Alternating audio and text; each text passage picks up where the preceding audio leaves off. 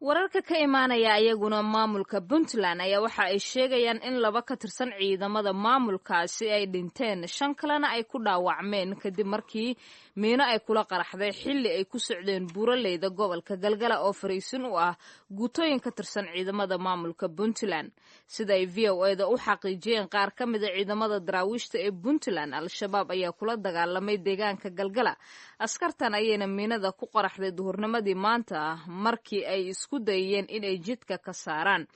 maamulka Puntland ayaan wali wax wara oo faahfaahsan ka soo saarin dhacdadaasi mana jirto cid sheegatay mas'uuliyadda qaraxaasi daagar qaba ku duuliyo kuwayada shisheeyaha tabarka uma dhigane Puntland way iska dhiicisaa Puntland way iska dhiicisaa Puntland way iska dhiicisaa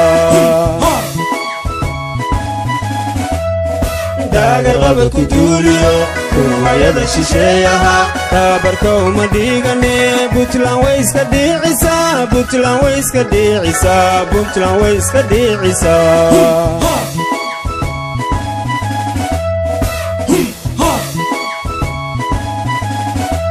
waxa aan u dhiiraday dhamacdiya dagaalada dhibta ugu adkaysta dhibta ugu adkaysta waxa aan u dhiiraday dhamacdiya dagaalada dhibta ugu adkaysta dhibta ugu adkaysta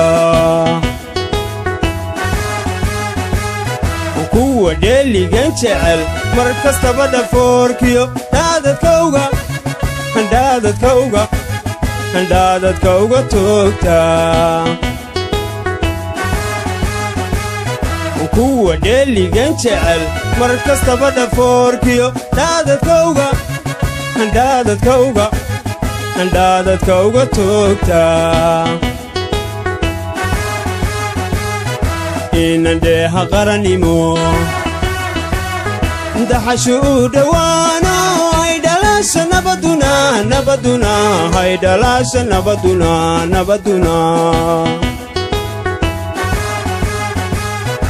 inan dheeha qaranimo daxashu u dhowaano hay dhalaasha nabaduna hay dhalaasha nabaduna